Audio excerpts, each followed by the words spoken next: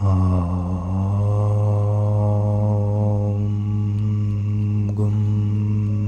गुरुभ्यो नमः।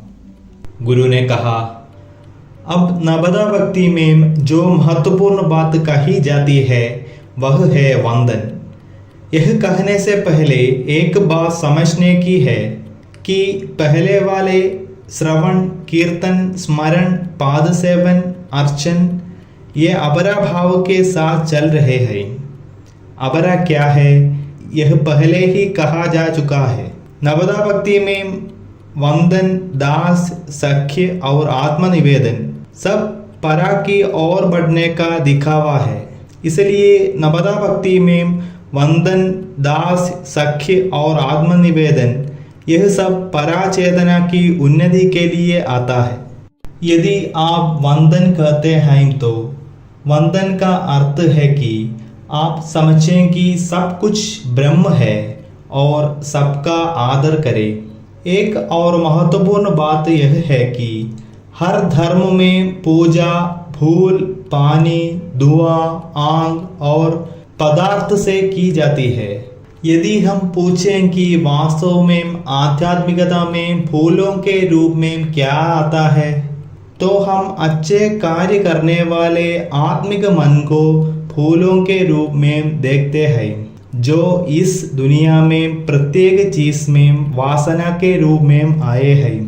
इसी प्रकार जो कोई भी अच्छे कार्यों के लिए काम करने के लिए तैयार है और उस उद्देश्य के लिए कुछ करता है और होशपूर्वक अच्छा करता है, इसे ही हम अर्चना के रूप में देखते हैं।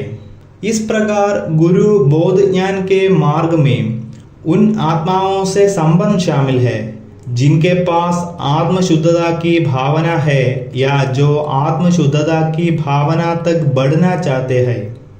जब ऐसी आत्माओं का जुड़ाव और उन आत्माओं का त्याग हमारे सामने आता है तो हम अपनी पूजा फूल, जल या धूप से कर सकते हैं और इसलिए यह आत्मा के साथ वह संबंध है जो एक दूसरे की आत्माओं के बीच आराधना के रूप में आता है, जिसे हमें यहाँ वंदन के रूप में देखना चाहिए।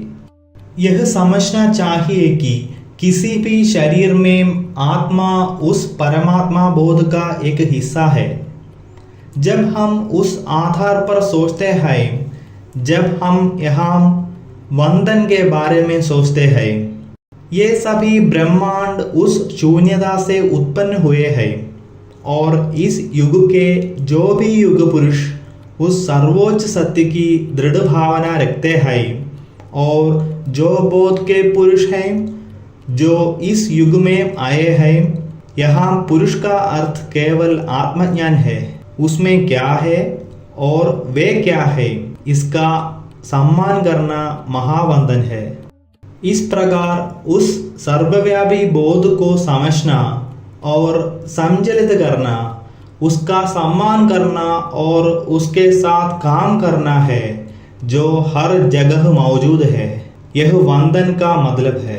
परमात्मा बोध में विलीन करने के लिए पराभक्ति तक चढ़ने का नवदा भक्ति में वंदन सबसे महत्वपूर्ण कदम है।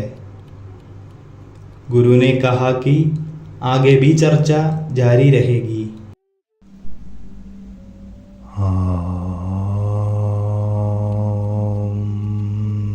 गुम गुरुभ्यो नमः।